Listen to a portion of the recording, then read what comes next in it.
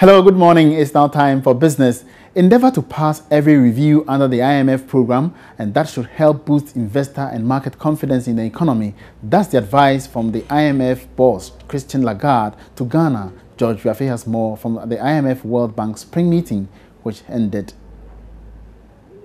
When Ghana signed up to the 3-year program with the International Monetary Fund in April last year, it was the expectation of government that the program would help fast-track economic stability, promote growth, reduce budget deficit, and address the lack of confidence in the economy.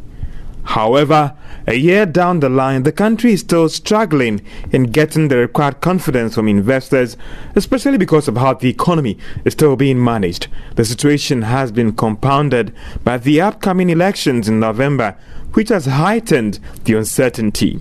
But answering a question posed by Joy Business at the IMF World Bank spring meetings in Washington, D.C., Managing Director of the fund, Christine Lagarde, says if Ghana is able to implement the conditions under the program, the lack of market confidence will be a thing of the past. I say that, for any country under a current program to actually deliver under the program, go through the review one after the other, is probably the best response to market concerns about the stability and the macroeconomic policies decided by the country. On the current commodity crisis, Madame Lagarde was of the view that it might be prudent for Ghana to look at diversifying its economy to lessen its impact on the country. For countries that are facing the shock of the commodity prices, I think we generally recommend to use flexible exchange rate regime in order to operate as a shock absorber. For those countries that have buffers available, that they use them reasonably, and generally for countries that have been predominantly relying on commodity exports, to actually really think through a diversification model so that other sources of growth can be identified and developed with. Christine Lagarde also maintained that African countries like Ghana are now more prepared for any global shocks than previously thought. From the headquarters of the International Monetary Fund on the Pennsylvania Avenue in Washington, D.C., this is George Rafe reporting for Joy Business. Meanwhile, economist Professor Godfred Bokping wants the IMF to be firm in the third review of Ghana's fund program. Speaking to Joy Business, the head of finance at the University of Ghana Business School stressed this has become even more crucial because of concerns of overspending in an election year. He has been speaking to Joy Business as the IMF team prepares to carry out the third review of Ghana's program. I think that the third review for me is very critical. And at this stage, I would urge the IMF to go beyond being diplomatic. And we have to be able to say things as they are and drive home the need for government to actually act a little bit swift, even in terms of passing certain reforms that are in the IMF program, because the gains that we are seeing at the macro level, to be able to ensure that they are durable and lasting, we have to situate them within broader institutional reforms. And these reforms are still behind. So, I mean, what is keeping us? Right to information bill, the other things, because you see, growth development is such that you have to look at it holistically and ensure that whatever gains that we are able to record, of course, is coming at a cost to all of us. See what the economy has gone through, energy sector levies, adjustment here and there.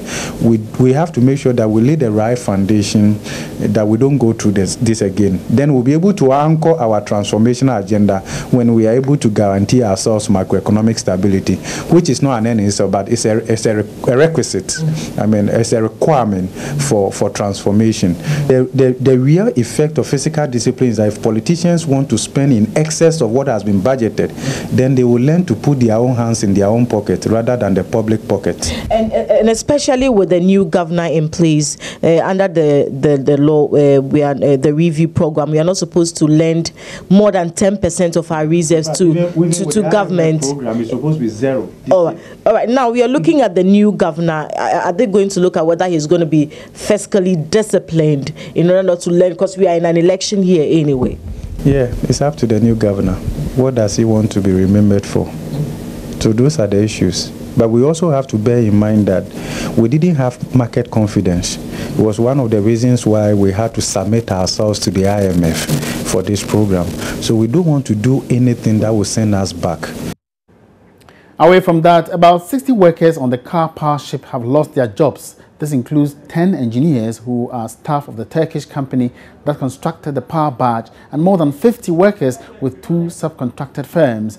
The first barge arrived in the country last year as part of government's efforts to end the crippling power crisis. The company is currently constructing the second barge, expected to arrive by September. But some Ghanaian workers there have already lost their jobs, as highlighted by this Business Desk report. Sources say the company at the beginning of this month wrote to about 10 Ghanaian engineers terminating their contracts. The engineers, who have been working with the company since November last year, are reportedly to be replaced with new hands from Turkey for non-performance. Some of them have been speaking with Joy Business. All they wrote was termination letter. It has no reason. The letter itself has no reason. The whole thing, when you read it, it doesn't make sense. As my colleague was also saying, I'm also part of the mechanical maintenance team as well. I only know if contract should be terminated, it should be based on performance. Now, on what basis we were terminated, our contract was being terminated, we don't know. Who did assessment on a contract, we don't know. So we don't really understand what is happening. On the 4th, our HR met us and then she told us that by the end of April, almost half of the Ghanaians will be out of the company because the new management is saying there are too many people on the badge. So we asked her what is going to be the criteria, and she said Kapawa owes us no explanation. There are about 30 Ghanaian engineers working on the car power ship, and more are expected to be laid off by the end of the month. The dismissed workers also complain about poor working conditions and discrimination. The main problem is they can't speak the English very fluently, so it's more of sign language. But when you don't get them very well, they are pissed off. And they try to throw off their hands to the extent that even I can't remember there was a time somebody has to even throw an object to a Ghanaian, which was very, very bad. It got to a point they even had a staircase for Turkish staircase for Ghanaians. I mean, yeah, Ghanaian working on this staircase, so you know this is for Turkish only. Go and use the other staircase. They had times for us to go for lunch. It got to a point if you go, they said let the Turkish finish eating before you come and eat. In February, a new country manager, Ekut Artis, took over from American Robert Kramer, who led the arrival of the barge to Ghana. In what the new management calls restructuring, subcontractors on the ship are said to have been ordered to sack some workers. Icon, an engineering firm owned by a Lebanese and undertakes maintenance works on the ship, has reportedly sacked 8 out of its 20 workers. Another firm, Blagodov, which undertakes cleaning services on the ship, is also said to have sacked about 45 of its total workforce of 80. Officials of Car Power have declined comment on the issue. And that's all for business this morning. Join us again at midday for more business news updates. Up next is sports.